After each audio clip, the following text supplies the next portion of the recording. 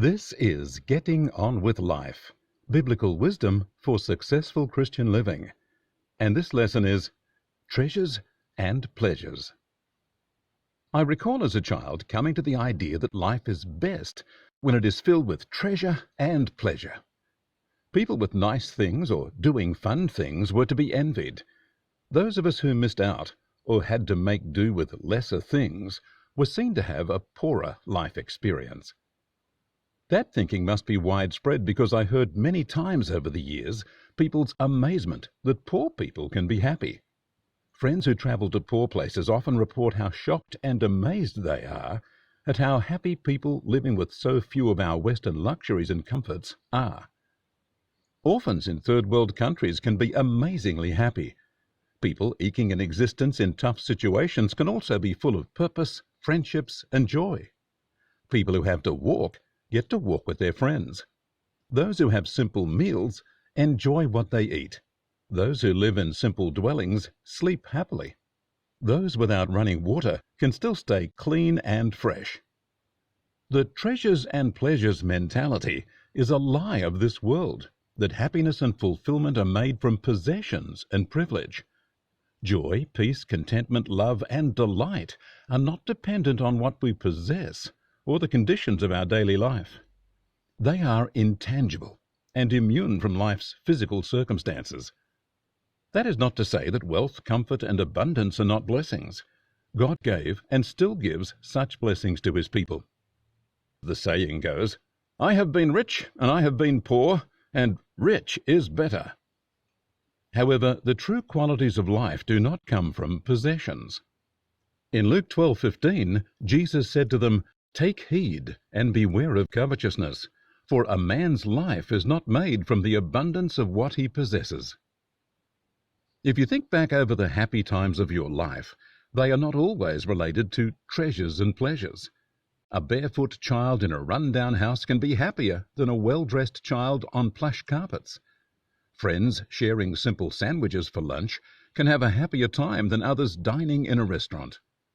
For fun, when you next pass some place that is desirable, such as a fancy restaurant, or when you see people travel past in a luxury car, note their faces to see if they look deliriously happy or perfectly bored. Then look around at all the people in all the places you go and see how many of them have opted to not even be there. They are busy on their devices, connecting with people in some other place, doing some other thing. Is it that people just don't enjoy being themselves right where they are anymore?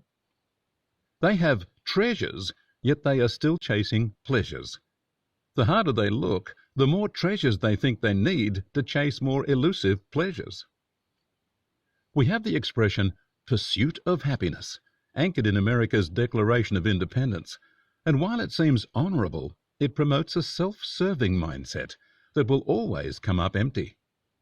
If I am on the pursuit of happiness, I think of myself and what I expect to make me happy. It becomes my lifelong pursuit or life purpose. That means I become completely absorbed with myself and my kingdom and my happiness. That is desperately worldly and self-focused thinking. God, on the other hand, commands us to love God first and then to love others. In Matthew 22:37-39, Jesus said to him, "Love the Lord your God with all your heart and with all your soul and with all your mind. This is the first and greatest commandment. And the second is like it. You shall love your neighbor as yourself." No wonder people are so unfulfilled and continue to pursue what is elusive. Treasures and pleasures do not satisfy us because we are built for other things. We are not designed to seek our own happiness or to focus on what will give us pleasure. We are here to bless others and to live for God. When we do those things, we find the joy, contentment, peace, and love those around us struggle for but never find. Then we can delight in life and all its many pleasures. It is truly wonderful to be delighted with life, and so many of those delights are completely free. However, those treats are missed by people rushing past in pursuit of happiness, or busy checking their device to see if they missed anything that would have made them happy. I recall my childhood experience of being in the school playground, hearing laughter from two different groups of children, wondering which one to join. If I went to one, I would miss out on whatever the other was enjoying, and vice versa.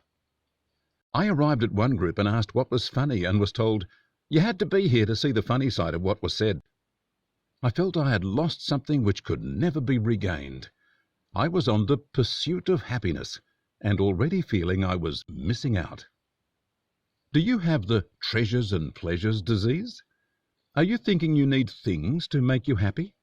If so, you have already missed life's purpose, and no matter how many things you collect or experience, they will leave you unsatisfied. When it comes to things you need, God will take care of them when you put your focus on God's kingdom, not yours. In Matthew 6:33, Jesus said, "Seek first the kingdom of God and his righteousness, and all these other things will be added to you." God is happy for you to have treasures and pleasures, but not as your life pursuit, but as fruit of a life lived for all the right purposes. God's blessing brings us great wealth in more than just monetary and material terms. Proverbs 10:22 tells us, "The blessing of the Lord brings wealth, and he adds no sorrow with it." And Deuteronomy 8:18 says, "Remember, it is the Lord your God who gives you power to gain wealth, in order to confirm his covenant which he swore to your fathers, as it is this day."